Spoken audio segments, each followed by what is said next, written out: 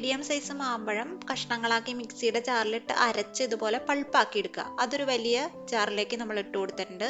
കൂടെ 1/2 കപ്പ് പഞ്ചസാര പൊടിച്ചതും 1/4 കപ്പ് സൺഫ്ലവർ ഓയിലും കൂടി ചേർത്ത് കൊടുക്കാം. ഇനി ഇതെല്ലാം കൂടി നന്നായിട്ടൊന്ന് അരച്ചെടുത്തുകൊണ്ട് വരാം നമുക്ക്. കണ്ടല്ലോ, ഇതുപോലെ നല്ല തിക്കായിട്ടുള്ള ഒരു പേസ്റ്റ് പരുവത്തിലാണ് അരച്ചെടുക്കേണ്ടത്. ഇനി ഇതൊരു വലിയ ബൗളിലേക്ക് നമുക്ക് ഇട്ട് കൊടുക്കാം. ഇനി ഇതിലേക്ക് 1 ടീസ്പൂൺ വാനില എസൻസും കൂടി ചേർത്ത് കൊടുക്കണം. ഇനി നമുക്ക് ഡ്രൈ ഇൻഗ്രീഡിയൻസ് ഇതിലേക്ക് ചേർത്ത് കൊടുക്കാം. അപ്പം അതിനായിട്ട് 1/2 കപ്പ് മൈദ, ഒരു അരിപ്പയെ കൂടെ നമുക്ക് ഇട്ട് കൊടുക്കാം. കൂടെ 1/2 ടീസ്പൂൺ ബേക്കിംഗ് പൗഡറും 1/4 ടീസ്പൂൺ ബേക്കിംഗ് സോഡയും കൂടി നമുക്ക് ഇതിൽ കൂടെ അരിച്ച് നമുക്ക് ഈ വെറ്റ് ഇൻഗ്രീഡിയൻസിന്റെ കൂടെ ചേർത്ത് കൊടുക്കാം. എല്ലാം കൂടി നന്നായിട്ട് മിക്സ് ചെയ്തെടുക്കാം. ഈ ബാറ്റർ നമുക്ക് കുറച്ച് തിക്കായിട്ടാണ് വേണ്ടത്, കാരണം മാമ്പഴം ചേർത്തേക്കണോണ്ട്. ഇല്ലാന്നുണ്ടെങ്കിൽ ഇത് വെന്ത് കഴിയുമ്പോൾ ഉള്ളിൽ നിന്ന് ഈർപ്പിറങ്ങിയ ഒരു ഹൽവ പരുവത്തിൽ നമുക്കിതായി പോവും.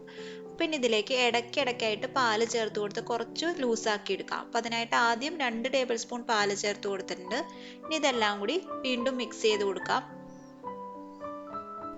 നമ്മൾ ഈ കേക്കിനെ പല ലെയർ ആക്കിയിട്ട് അതിൻ്റെ ഇടയ്ക്ക് ഷുഗർ സിറപ്പ് അപ്ലൈ ചെയ്ത് കൊടുക്കാനുള്ളതാണ്. അതുകൊണ്ടാണ് നമ്മൾ ഒരുപാട് ലൂസ് ബാറ്ററാക്കി ഇതിനെ മാറ്റാത്തത്. ഞാനിവിടെ 6 ടേബിൾ സ്പൂൺ പാലാണ് കേട്ടോ ചേർത്ത് കൊടുത്തത്. ഈ ഒരു പരുവത്തിലാണ് നമ്മുടെ ബാറ്റർ വേണ്ടത്, ഒരുപാട് ലൂസും ഒരുപാട് ടൈറ്റും അല്ലാത്ത രീതിയിൽ. ഇത് നമുക്ക് കേക്ക് ടിന്നിലേക്ക് ഒഴിച്ചു കൊടുക്കാം. അപ്പോൾ കേക്ക് ടിൻ ആദ്യം തന്നെ കുറച്ച് ഓയിൽ സ്പ്രെഡ് ചെയ്തിട്ട് ബട്ടർ പേപ്പർ ഇട്ട് കൊടുത്തിട്ടുണ്ട്. സൈഡിലും അതുപോലെ അടിയിലും ബട്ടർ പേപ്പർ നന്നായിട്ട് വിരിച്ചു കൊടുത്തിട്ടുണ്ട്. നിങ്ങളുടെ കയ്യിൽ ബട്ടർ പേപ്പർ ഇല്ലയെന്നുണ്ടെങ്കിൽ ഓയിൽ തടവിയിട്ട് ഒന്ന് മൈദ പയ്യെ ഒന്ന് തട്ടിക്കൊടുത്താൽ മതിയാവും. ഞാൻ ഈ കേക്ക് ടിൻ എങ്ങനെ റെഡിയാക്കാന്നുള്ളത് നമ്മുടെ നേരത്തെ ഉള്ള കേക്ക് റെസിപ്പീസിലൊക്കെ നന്നായിട്ട് കാണിച്ചിട്ടുള്ളതാണ്. അതുകൊണ്ടാണ് ഇതിൽ വീണ്ടും ഞാനത് കാണിക്കാഞ്ഞത്. അപ്പോൾ കണ്ടല്ലോ, ബാറ്റർ ഇതിലേക്ക് ഒഴിച്ചു കൊടുക്കാം. അപ്പം നല്ല തിക്കായതുകൊണ്ട് ഒഴുകി നല്ല പരുവത്തിൽ വീഴുമൊന്നുമില്ല.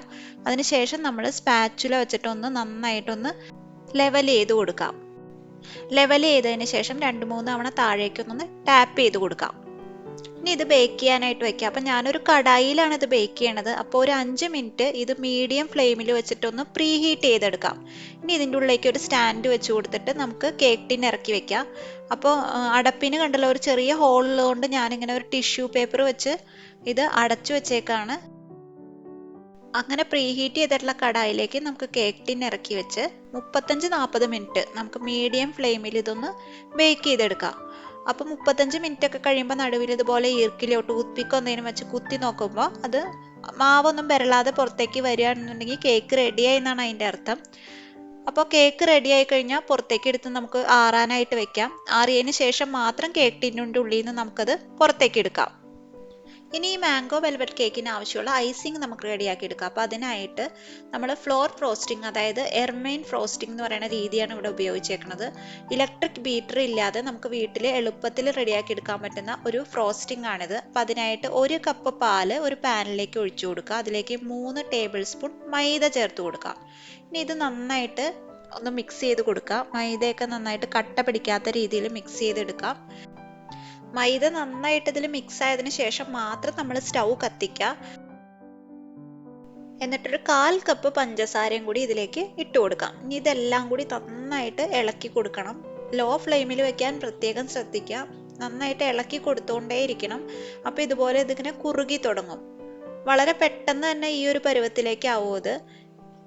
ഇനി ഇതിലേക്ക് ഒരു 2-3 ഡ്രോപ്സ് വാനില എസൻസും കൂടി ചേർത്ത് കൊടുത്തിട്ടുണ്ട്. എല്ലാം കൂടി നന്നായിട്ട് ഇളക്കി മിക്സ് ചെയ്ത് കൊടുക്കാം. ഇതുപോലെ കട്ടിയാവുന്ന സമയത്ത് നമുക്കിത് വാങ്ങാം. വാങ്ങിയ ഉടനെ തന്നെ നമുക്കിതൊരു ബൗളിലേക്ക് മാറ്റിയിട്ട് ക്ലിംഗ് റാപ്പ് വെച്ചിട്ട് ഇങ്ങനെ കവർ ചെയ്ത് കൊടുക്കാം. അപ്പോൾ കവർ ചെയ്യുമ്പോൾ പ്രത്യേകം ശ്രദ്ധിക്കേണ്ട കാര്യം, താഴേക്ക് ഇങ്ങനെ പ്രസ് ചെയ്ത് നമ്മൾ റെഡിയാക്കി ഇങ്ങനെ അതിൻ്റെ മുകളിലേക്ക് നന്നായിട്ട് കവർ ചെയ്ത് കൊടുക്കണം. ഇല്ലാന്നുണ്ടെങ്കിൽ അതിൻ്റെ ഇടയ്ക്ക് ഇങ്ങനെ പാട കെട്ടാനുള്ള ചാൻസ് ഉണ്ട്. അപ്പോൾ കണ്ടല്ലോ, നന്നായിട്ട് കവർ ചെയ്ത് നമ്മൾക്കിത് 1 മണിക്കൂർ വെക്കണം. പെട്ടെന്ന് തണുക്കാനായിട്ട് നമുക്കിത് ഫ്രിഡ്ജിലേക്ക് വെക്കാം. 1 മണിക്കൂർ ഫ്രിഡ്ജിൽ വെച്ചിരുന്നതാണിത്. ഒരു സ്പൂണോ എന്തെങ്കിലും വെച്ച് നന്നായിട്ട് ഇങ്ങനെ മിക്സ് ചെയ്ത് കൊടുക്കുക. അപ്പോൾ കാണുമ്പോൾ നിങ്ങൾക്ക് മനസ്സിലാവുന്നില്ലേ, കുറച്ചും കൂടി അത് കുറുകി ഒരു നല്ല ക്രീം പരുവത്തിലേക്ക് ആയിട്ടുണ്ട്. ഇനി അടുത്തതായിട്ട് നമുക്ക് ചെയ്യേണ്ടത് ഒരു 100 ഗ്രാം ബട്ടർ, റൂം ടെമ്പറേച്ചറിലുള്ള ബട്ടർ വേണം എടുക്കാനായിട്ട്, ഒരു ബൗളിലേക്ക് ഇട്ട് കൊടുക്കാം നമുക്ക്. എന്നിട്ട് ഇതുപോലെ നല്ലോണം വിസ്ക് വെച്ചിട്ട് ബീറ്റ് ചെയ്ത് നല്ല സോഫ്റ്റ് ആക്കി എടുക്കണം. കണ്ടല്ലോ, നല്ല സോഫ്റ്റ് ആയിട്ടുണ്ട് നമ്മുടെ ബട്ടർ. ബട്ടർ നല്ല സോഫ്റ്റ് ആയി വന്നു കഴിയുമ്പോൾ നമ്മൾ നേരത്തെ റെഡിയാക്കി വെച്ചിട്ടുള്ള ആ ക്രീം ഉണ്ടല്ലോ, അത് 2 ടേബിൾ സ്പൂൺ ഇതിലേക്ക് ചേർത്ത് കൊടുത്തിട്ട് നന്നായിട്ട് ഇതുപോലെ തന്നെ ബീറ്റ് ചെയ്തെടുക്കാം. എല്ലാം കൂടി നന്നായിട്ട് മിക്സ് ചെയ്ത് വന്നു കഴിയുമ്പോൾ വീണ്ടും 2 ടേബിൾ സ്പൂൺ ചേർത്ത് കൊടുക്കുക. ഒരുമിച്ച് ചേർത്ത് കൊടുക്കാതെ ഇതുപോലെ 2 ടേബിൾ സ്പൂൺ വീതം ചേർത്ത് കൊടുത്ത് നന്നായിട്ട് മിക്സ് ചെയ്ത് ബീറ്റ് ചെയ്ത് വരുമ്പോൾ നല്ലൊരു ക്രീം പരുവത്തിൽ നമുക്ക് ഈ മിക്സ്ചർ കിട്ടും. അപ്പം അങ്ങനെ നമുക്ക് ഫ്രോസ്റ്റിങ്ങിനുള്ള ക്രീം റെഡിയായി കിട്ടി.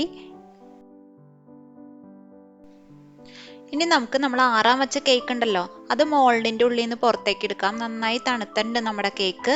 ഇനി ഇതിൻ്റെ ബട്ടർ പേപ്പർ മാറ്റി കൊടുത്തിട്ടുണ്ട്.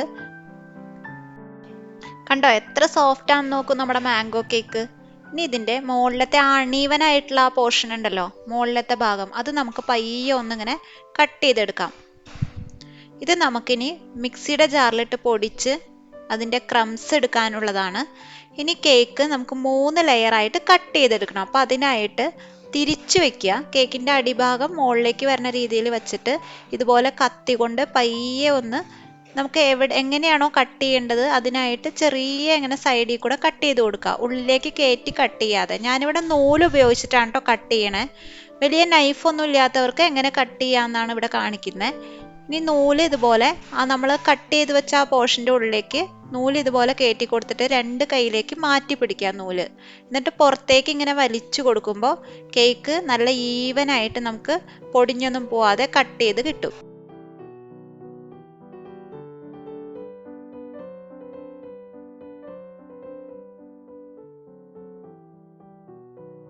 കണ്ടല്ലോ, നമ്മൾ ഫസ്റ്റ് ലെയർ അപ്പോൾ ഇതുപോലെ നല്ല സ്മൂത്ത് ആയിട്ട് കട്ട് ചെയ്തെടുത്തു. ഇതുപോലെ തന്നെ നമ്മൾ 3 ലെയർ റെഡിയാക്കി എടുക്കാൻ പോവാണ്. ഇനി ഒരു 2 ലെയറും കൂടി ഇതുപോലെ കട്ട് ചെയ്തെടുക്കാം. അപ്പം നമ്മുടെ കേക്കിനെ ഇങ്ങനെ 3 ലെയർ ആക്കിയതിന് ശേഷം ആദ്യത്തെ ലെയർ എടുത്ത് വെച്ചിട്ട് അതിന് മുകളിലേക്ക് നമ്മൾ ഷുഗർ സിറപ്പ് അപ്ലൈ ചെയ്ത് കൊടുക്കുകയാണ്. ഷുഗർ സിറപ്പിൽ സോക്ക് ചെയ്തെടുക്കുകയാണ് നമ്മുടെ വെൽവെറ്റ് കേക്കിനെ. അപ്പോൾ അതിന് മുകളിലേക്ക് അതിനുശേഷം നമ്മൾ റെഡിയാക്കി വെച്ച ക്രീം അപ്ലൈ ചെയ്ത് കൊടുത്തു. അടുത്ത ലെയർ വെച്ച് ഇതേപോലെ തന്നെ ആദ്യം ഷുഗർ സിറപ്പ് അപ്ലൈ ചെയ്യുക. അതിന് മുകളിലേക്ക് നല്ലൊരു തിക്ക് ലെയർ ആയിട്ട് ക്രീം അപ്ലൈ ചെയ്ത് കൊടുക്കാം.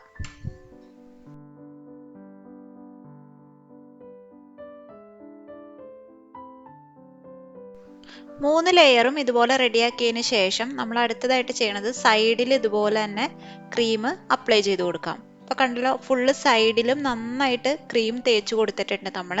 ഇനി നമ്മൾ നേരത്തെ ആ മുകളിലത്തെ ലെയർ നമ്മൾ വെട്ടി മാറ്റിയല്ലോ, അത് നന്നായിട്ട് മിക്സിയുടെ ജാറിലിട്ട് പൊടിച്ചെടുത്തിട്ടുണ്ട്. ഇതുകൊണ്ട് നമുക്ക് ഫുൾ കേക്കിനെ കോട്ട് ചെയ്തെടുക്കാം. അപ്പോൾ അതിനായിട്ട് ഒരു അരിപ്പ എന്തെങ്കിലും എടുത്തിട്ട് ഇതുപോലെ അരിപ്പയിൽ ഇട്ട് കൊടുത്തു കഴിഞ്ഞാൽ എന്താ ഗുണം എന്ന് വെച്ച് കഴിഞ്ഞാൽ നല്ല ഈവനായിട്ട് നമുക്കിത് എല്ലായിടത്തും കോട്ട് ചെയ്ത് കിട്ടും.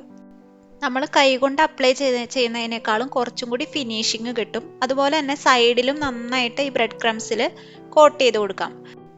അതുപോലെ കേക്കിൽ നമുക്ക് എന്തെങ്കിലും എഴുതണം, അതുപോലെ വേറെ ഡെക്കറേഷൻസ് നടുവിൽ ചെയ്യണം എന്നുണ്ടെങ്കിൽ ഇതുപോലെ ഒരു പാത്രം കമഴ്ത്തി വെച്ചാൽ മതിയാവും. അപ്പോൾ അത്രയും ഭാഗം ഒഴിവായിട്ട് നമുക്ക് ബ്രെഡ് ക്രംസിൽ നന്നായിട്ട് കോട്ട് ചെയ്തെടുക്കാം. അതുപോലെ സൈഡിലും നന്നായിട്ട് ഈ ബ്രെഡ് ക്രംസ് വെച്ചിട്ട് കോട്ട് ചെയ്ത് കൊടുക്കുക. അതുപോലെ എക്സസ് ഉള്ള ക്രംസ് നമ്മൾ ഇതിൽ നിന്ന് എടുത്ത് മാറ്റി കൊടുക്കുക പാത്രത്തിൽ നിന്ന്. ഇനി നമ്മൾ ഐസിങ് ചെയ്തിട്ട് ബാക്കി ഉണ്ടായിരുന്ന ആ ക്രീം വെച്ചിട്ട് ഞാനിങ്ങനെ ഒരു ഡിസൈൻ ചെയ്ത് കൊടുക്കുന്നുണ്ട്. ഇല്ലാന്നുണ്ടെങ്കിൽ മാമ്പഴത്തിൻ്റെ പീസുകൾ നമുക്ക് നടുവിൽ ഇങ്ങനെ നിരത്തി കൊടുത്തു കഴിഞ്ഞാൽ നല്ല ഭംഗിയുണ്ടാവും നമ്മുടെ കേക്ക് കാണാനായിട്ട്. അപ്പോൾ കണ്ടല്ലോ, ബീറ്ററോ ഓവനോ അതുപോലെ ബേക്കിംഗ് എക്യുപ്മെൻറ്റ്സ് ഒന്നും ഇല്ലാതെ തന്നെ നമ്മളൊരു മാംഗോ വെൽവെറ്റ് കേക്ക് എളുപ്പത്തിൽ റെഡിയാക്കി എടുത്തു. അതുപോലെ വിപ്പിംഗ് ക്രീമോ ബീറ്ററോ ഒന്നും ഇല്ലാതെ തന്നെ നമ്മളൊരു ഫ്രോസ്റ്റിങ്ങും ചെയ്തു കേക്കിനായിട്ട്. ഇനി ബീറ്റർ ഇല്ല, ബേക്കിംഗ് എക്യുപ്മെൻറ്റ്സ് ഇല്ല എന്നൊക്കെ ഉള്ള പരാതി കൊണ്ട് കേക്ക് ഉണ്ടാക്കാതിരിക്കുന്നവർക്ക് ഈ കേക്ക് ഉണ്ടാക്കി നോക്കാവുന്നതാണ്. ഈ super tasty mango velvet cake നിങ്ങൾക്ക് ഇഷ്ടമായെന്നുണ്ടെങ്കിൽ ലൈക്ക് ചെയ്യാനും കമൻറ്റ് ചെയ്യാനും ഷെയർ ചെയ്യാനും മറക്കരുത്. അപ്പോൾ നല്ല നല്ല റെസിപ്പീസിനായിട്ട് എവർഗ്രീൻ സ്വാദ് സബ്സ്ക്രൈബ് ചെയ്തിട്ട് അടുത്തുള്ള ബെല്ലൈക്കൺ കൂടി ഒന്ന് ക്ലിക്ക് ചെയ്തേക്കാം, പുതിയ പുതിയ നോട്ടിഫിക്കേഷൻസ് കിട്ടാനായിട്ട്. ഇതുപോലെ തന്നെ മാംഗോ വെച്ചിട്ട് ബീറ്ററോ ഓവനോ ഒന്നും ഇല്ലാതെ ചെയ്യുന്ന മറ്റൊരു അടിപൊളി കേക്ക് കൂടി ഞാൻ ഉടനെ തന്നെ എവർഗ്രീൻ സ്വാദിലൂടെ അപ്ലോഡ് ചെയ്യുന്നതായിരിക്കും. സമയപരിമിതി മൂലം ഞാൻ ഈ ഒരു വീഡിയോയിൽ അത് ഉൾപ്പെടുത്താഞ്ഞതാണ്. അപ്പോൾ നല്ലൊരു അടിപൊളി റെസിപ്പിയായിട്ട് എവർഗ്രീൻ സ്വാദിലൂടെ വീണ്ടും കാണാം.